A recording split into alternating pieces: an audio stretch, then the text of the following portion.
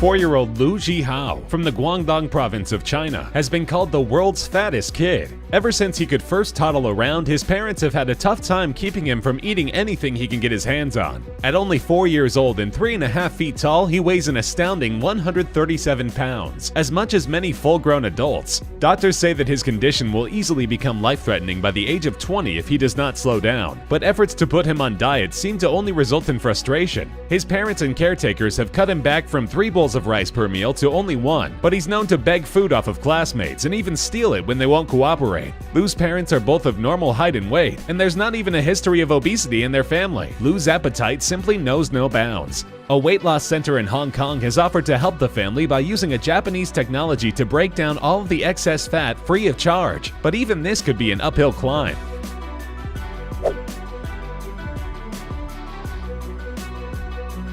Chinese teenager Fu Wengi started preparing in late 2016 for a surgery later this year that could change his life. At the age of 6, he was diagnosed with congenital scoliosis and an abnormal chest cavity, and during further examination, doctors discovered an unusual feature in the boy's neck, or rather 3 unusual features. While most people have 7 vertebrae in their neck, Fu has 10, giving him an extremely long neck, to put it mildly. He's endured teasing and bullying all of his life from classmates and peers, and as if that weren't enough, the extra vertebrae give him severe pain and issues with mobility. He's understandably had behavior problems and difficulty socializing, but doctors are hopeful that they can pull off the risky procedure to remove the extra vertebrae and give Fu the closest thing they can to a normal-looking and functional neck.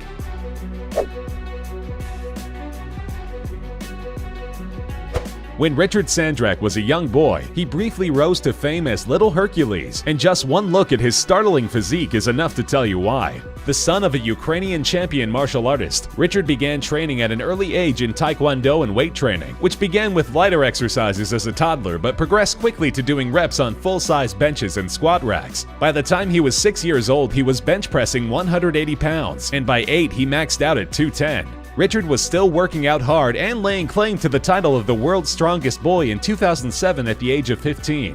But that year, his father Pavel was briefly imprisoned after a physical altercation with Richard's mother. He lost interest in working out not long after, and today looks pretty much like your average 24-year-old. But he spent his childhood as Little Hercules, and he'll always have the 2009 Hollywood feature film of the same name, starring him, to prove it.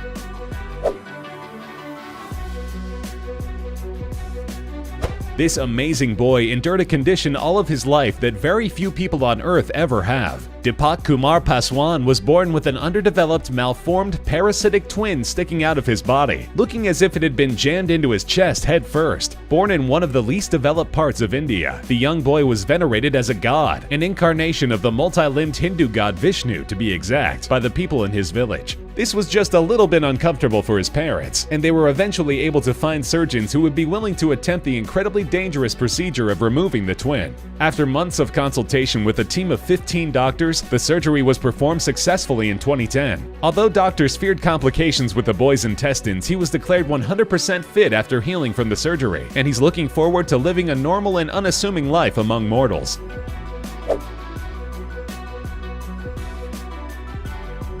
In 2012, a video went viral on YouTube that many assumed to be a fake. It featured 5-year-old Andy Lee, called Sung Sung by his family, nailing a flawless rendition of the notoriously difficult Flight of the Bumblebee on the family piano. The video racked up 2 million views, but many viewers challenged him in the comments to prove it. So not long after, the little boy did, for an audience of millions on the Ellen DeGeneres Show. Despite appearing a bit less smiley and lighthearted than he had in his viral video, and being dressed in a tuxedo that couldn't have been too comfortable, Sung Sung tuned in a perfect performance before throwing his hands up in victory like an Olympic gymnast. Now 10 years old, Andy regularly uploads videos to his YouTube channel, and while he still crushes it on the piano, he's got a few other interests these days. He's also taken up the guitar and table tennis.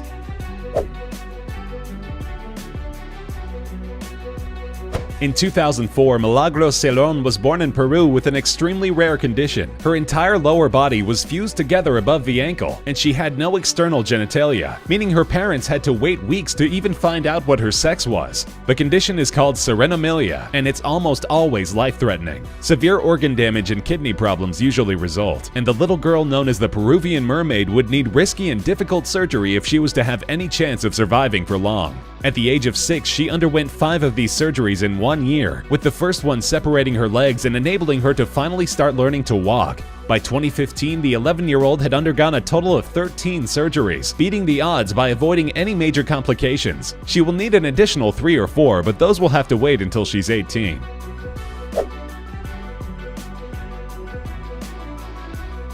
A Chinese boy named An Qi was born with a small birthmark on his face. It was a tiny patch of hair, which is nothing out of the ordinary, except that as he grew, so did the birthmark, and by the time Qi was 8 years old, it had completely covered the entire right side of his face in thick, dark hair. The little boy hadn't exactly had it easy to begin with. His father died when he was 4, and his mother has epilepsy and struggles with mental illness, leaving the responsibility of raising him to his grandparents. As you might imagine, he has struggled in school and has needed the regular help of a psychiatrist to come to terms with his condition. Some medical facilities have come forward with offers to help with the cost of the plastic surgery, but so far there's been no news on whether Qi's family has decided to accept any of these offers.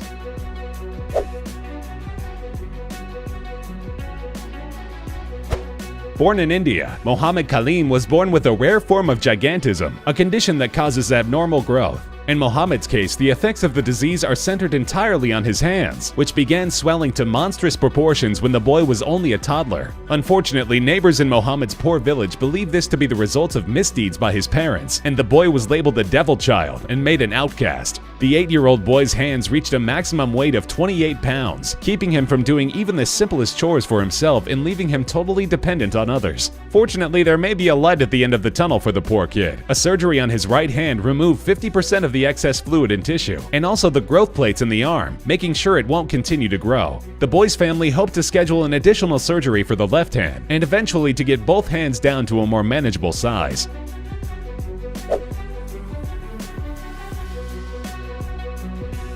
In 2013, a 5-year-old girl in the UK gained media attention as the world's smallest girl. Charlotte Garside suffers from a condition known as primordial dwarfism, and at 5 years old, she didn't look like a baby. She looked like a tiny doll. Charlotte weighed only 2 pounds at birth, and by the age of 5 only weighed 9, as much as a normal newborn baby, and stood just over 2 feet tall. Children with this condition differ from those with regular dwarfism in that their limbs are in proportion to the rest of their bodies, giving them their doll-like appearance. In 2016, at 8 years old, Charlotte had the opportunity to be a part of a conference in Liverpool that brought together children with primordial dwarfism from all over the world and meet other kids with similar struggles for the first time. Even though they came from as far as Australia, Russia, and Canada, only 35 kids came to the conference, so rare is their condition.